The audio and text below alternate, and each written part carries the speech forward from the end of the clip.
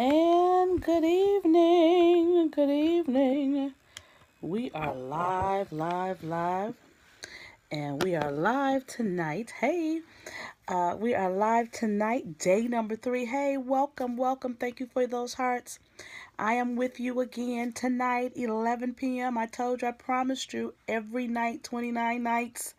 We're going to talk about love. Let's talk about love. Hey, charming delights. I am yours truly, Dr. Sabrina Jackson. I am the success broker. Thank you for joining. Please share it with your friends. Let them know that we are live. And tonight's discussion for the next 29 nights, well, we've done 2 nights already. This is night number 3. We're going to be talking about love, all different types of love, not just the romantic kind of love, because oftentimes when we hear the word love, we think of that romance and that romantic love. Hey, Nikita, how are you? Thank you for joining. Give me those hearts. So we're going to be talking about love. And so the first night we talked about self-love, self-esteem. I sent out questionnaires to people who asked for them. If you still want those, feel free to email me at sabrina@sabrinajackson.com, sabrina@sabrinajackson.com. And then night number 2, we talked about the 5 ways to communicate love. You know, the 5 love languages by Gary Chapman. And so I sent out a quiz for that as well. Tonight, we're going to talk about the qualities of being a good friend. Because, the word tells us in order to have a friend, you need to be a friend. So you need to really understand what are the good qualities of a good friend. What makes a good friend relationship? Think about your best friend, the person who's your bestie, your BFF, the person that's your ride or die. You need to think about those qualities. Are you giving as good as you're getting? That's good. That's good right there. So I want to dive right in and talk about these qualities of a good friend. What things do you need to bring to the table, and what things should you be looking for in a friend? So the first thing, being a good friend, is that you are dependable. Your friend should be able to depend on you. And it's a two-way street. I don't want to be better to someone else than they are to me. I don't want to be dependable for them, but then when I have a need, they can't ever come through for me. It has to be a two-way street. And not saying that it's a tit for tat at all. However, if that's your BFF, you should feel like they got your back just like you have their back. Hey, how you doing? I heard amen, a two-way street. Yes. You have to be dependable, and that person should be dependable. Number 2, you need to be sincere. You need to be honest. You need to be open. You don't want to have a friend that you can't tell your stuff to. If things going on with you, you say, I can't tell them because if I tell them, they're going to be hating. Let me tell you something. If they're a hater, they're not a friend. If they're not encouraging and supportive, they're not a friend. So understand that people who are always negative, who are always toxic, who always tell you horrible things about what you're doing. I remember when I first started my business, I had a person in my life who said that she was my sister. And as my sister, she said that you should not quit your job, Sabrina, because if you quit your job by you being a full-figured speaker, you're not going to be successful. Really? But that's what she said. So guess what? I stopped talking to her about my goals, my dreams, my visions. I had to find someone else. So sincerity is really big. Number 3 is that you must be loyal. You must be trustworthy. You must be the type of person that when they tell you something, that you hold it. You don't run and tell everybody. You don't tell the secrets. You don't tell the backstory. You have to be loyal to the friends that you say that you're friends to. And then next, you have to be honest. You have to be frank. And being honest and frank does not being mean.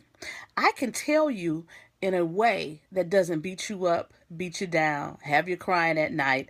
You should be able to tactfully share with your friend what your true feelings are and what your concerns are if you have them. Because oftentimes our friends may be going down a street that we know is detrimental, and we as a good friend have to tell them. We have to be honest with them. We have to be, especially if it's in your spirit and you feel that there's danger. I remember I've had friends that have been in domestic violence situations, and They would share with me, and I understand because I am a therapist that until a person is really ready, they're not going to make that step. However, as a friend, I had to let them know that one, I saw it, one, I was concerned about it, three, I'm praying about it, four, I am available if you need a way of escape. Let's do this thing. So having the discussion, sometimes being quiet and silent, ain't the thing to do. Next, you need to be respectful. You have to respect a person's space. You have to respect their decisions. You have to respect their vision. You have to respect their values.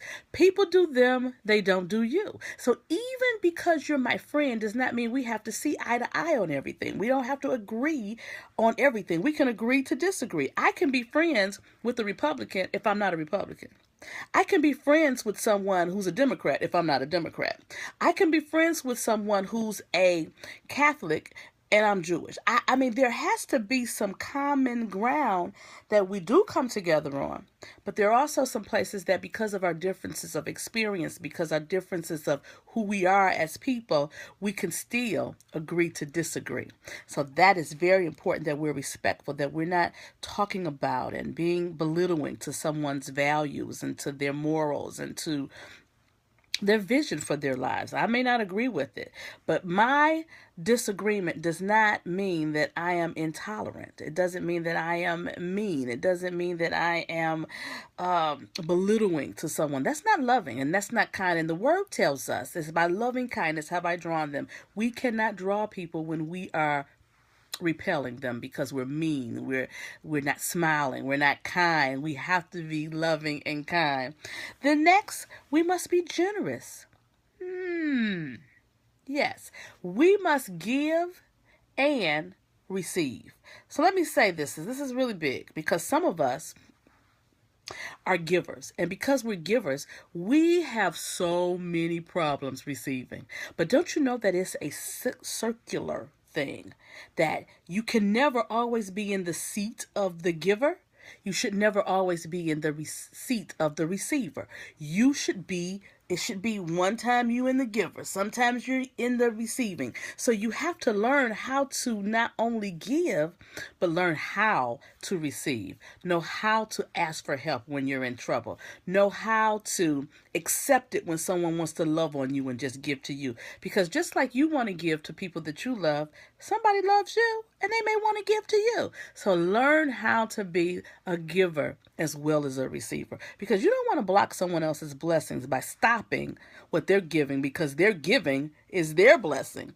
And you want to be in the seat to receive what God is sending to you. So make sure that you are generous. And then let's be protective of our friends. Have you ever been sitting with someone and that person starts to kind of dog the person that is your friend? How do you handle that situation? Do you sit back and don't say anything and then run and tell your friend that they said it? If you really honor the friendship, if you really honor that person, you can say, you know what? That's your experience. But now let me share with you my experience, because your experience and my experience may be different, but I have a right to my experience. I have a right to my voice. And it is always better to speak that voice in the moment than to run behind and let the person walk away still feeling the same. Give the person another opportunity to see the person differently, because all of us have done things that we can be ashamed of, that we feel guilty about. I'm in a situation right now today. This is just real life stuff, that I have a bill that I owe, that I have had the money to pay it. And then a girlfriend of mine has it was because of her that I was even in the position to do the thing that I had to pay for. And my money has been crazy. And so now it is causing difficulty for her. Oh yeah, I gotta apologize for that. I have to own that, and I feel bad about that. However, I have to own my stuff. I have to be righteously responsible and say that, yes, I have every intention of paying. Trust me, I have every intention of paying the bill. But things have, life happens, and life happens to all of us. So we have to own our stuff. We have to be real. That's the only way we can heal from a thing. So I just can only be transparent about what's going on with me, and I love my friend. Oh, trust me, I love. And I know she loves me too. And we are going to get past this. So friends have conflicts. They have issues. But a real friend is going to come to you in love. And that's exactly what she's done with me. And I appreciate that. And she's been protective of me. Oh my goodness. Thank you. And then also friends reciprocate. They reciprocate.